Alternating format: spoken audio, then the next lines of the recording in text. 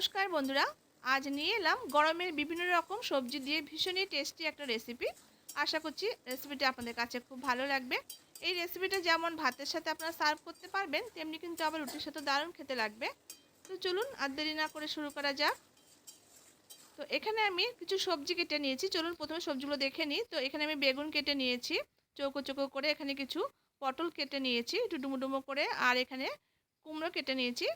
মিষ্টি কুমড়োটাকে এভাবে একটু বড় বড় রেখে চৌকো করে করে কেটে নিয়েছি। আর এখানে ঝিঙে কেটে নিয়েছি, আর আলু নিয়েছি। আপনার এর সাথে আপনাদের পছন্দ মতো আরও সবজি কিন্তু আপনারা অ্যাড করতে পারেন। তো এখানে মশলা হিসাবে আদা আর কাঁচা লঙ্কাটা দেখুন আমি পেস্ট করে নিয়ে নিয়েছি।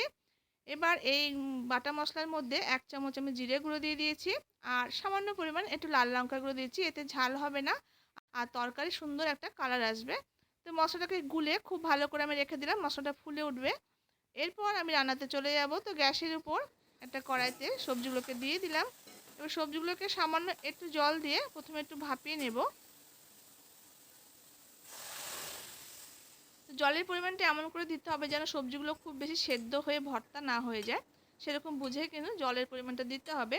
এরপর এখানে টেস্ট হিসেবে লবণ দিয়ে দিলাম, আর এখানে প্রয়োজন মতো হলুদের গুঁড়ো দিয়ে দিয়েছি। তো লবণটা যদি আপনাদের মনে হয় আরও লাগবে, সেটা পরে কিন্তু আপনারা অ্যাড করতে পারেন। তো লবণ আর হলুদটা দিয়ে খুব ভালো করে সবজির সঙ্গে একটু মিশিয়ে নিলাম। বন্ধুরা, আমার রেসিপিগুলো আপনাদের কাছে কেমন লাগছে তা কিন্তু আমাকে জানাতে পারেন কমেন্ট বক্সে। আপনাদের মূল্যবান মতামত আমার কাছে কিন্তু অনেক মহামূল্যবান।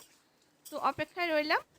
খুব ভালো করে নাড়াচাড়া করে সবজির সঙ্গে লবণ হলুদটা মিশিয়ে দিয়েছি। এরপর একটা ঢাকা দিয়ে মিনিট 4-5 জন্য একটু সেদ্ধ করে নেব। মিনিট 5 পর ঢাকাটা এবার আমি খুলে নিলাম। দেখুন সবজি থেকে কিন্তু জল বেরিয়েছে অনেকটাই, আর কিন্তু এক্সট্রা জল আমি আর দেবো না। এরপর এখানে 1 মুঠো মতো এখানে মটর ডাল দিয়ে দিলাম। মটর ডালটা কিন্তু আমি ভিজিয়ে রেখেছিলাম 2-3 ঘন্টা আগে। তো এখানে আমি 2 মুঠো মতো মটর ডাল দিয়ে দিলাম। এবার মটর ডালটা দিয়ে সবজির সঙ্গে নাড়াচাড়া করে দিলাম। একটু ঢাকা দিয়ে মিনিট 7-8 মতো একটু রান্না করে নিয়েছি। মিনিট 8 পর এবার ঢাকাটা খুলে নিলাম। এবার দেখে নেব। দেখুন বন্ধুরা, সবজির জলটা কিন্তু একদম শুকিয়ে গেছে, আর সবজিগুলো কিন্তু খুব বেশি সেদ্ধ হয়ে যায়নি। আর ডালটা কিন্তু একদম যেন ভর্তা মতো সেদ্ধ না হয়ে যায়, একটু গোটা গোটা থাকে, তাই জন্য কিন্তু আমি ডালেরটা পরে অ্যাড করেছি।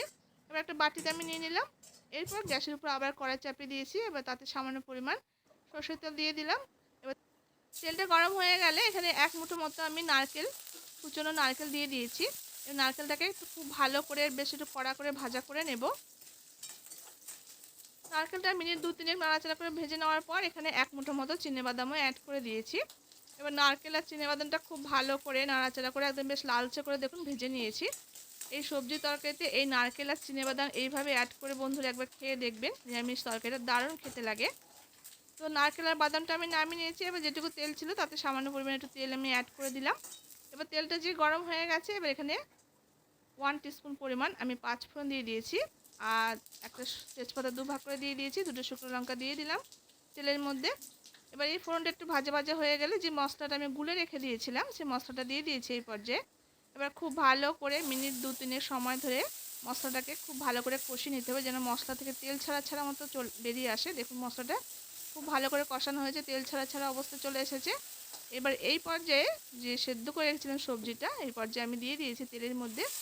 আর একটা টমেটোকে ফালি করে এই পর্যায়ে অ্যাড করে দিলাম। টমেটোটা আগে দিলাম না, টমেটোটা যদি আগে দেওয়া হতো তাহলে টমেটোটা কিন্তু গলে গিয়ে সেদ্ধ হয়ে যেত, তাই আমি টমেটোটা এই পর্যায়ে অ্যাড করেছি। আর খেতেও ভালো লাগবে, হালকা একটু টক টক। এবার নাড়াচাড়া করে দিলাম খুব ভালো করে। এবারে আমি এখানে প্রয়োজন মতো 1/2 টিস্পুন মতো একটু চিনি দিয়েছি। নিরামিষ তরকারিতে চিনি দিলে ভালোই লাগবে খেতে। আর এখানে যে ভেজে রেখেছিলাম নারকেল আর বাদামটা এই পর্যায়ে অ্যাড করে দিয়েছি।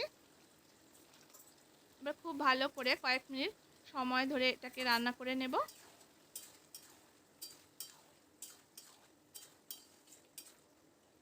এবার একটা ঢাকা দিয়ে মিনিট 5-6 মতো একটু রান্না করে নিয়েছি। মিনিট 6 পর এবার আমি দেখে নেব। দেখুন রান্নাটা আমার কিন্তু একদম শেষ পর্যায়ে। এরপর নামানোর আগে এখানে 2 টিস্পুন পরিমাণ ভাজা মশলা আমি অ্যাড করে দিচ্ছি। এই ভাজা মশলার মধ্যে এখানে আছে জিরে, ধনে, তেজপাতা, শুকনো লঙ্কা, এলাচ, দারচিনি আর লবঙ্গ। শুকনো খোলায় প্রথমে একটু ভেজে নিয়ে তারপর গুঁড়ো করে নিয়েছিলাম একসাথে। তো এই ভাজা মশলাটা দিয়ে বন্ধুরা এই নিরামিষ তরকারিটা নামিয়ে একবার খেয়ে দেখবেন, দারুণ লাগে। তো রান্নাটাকে দেখুন আমার একদম কমপ্লিট, একদম গা মাখা মতো করে নিয়ে এটাকে নামিয়ে নেব। এর থেকে বেশি কিন্তু আর শুকনো করব না। তো রান্নাটা আমার একদম হয়ে গেছে। এবার আমি একটা বাটিতে আপনাদের সার্ভ করে দেখাচ্ছি।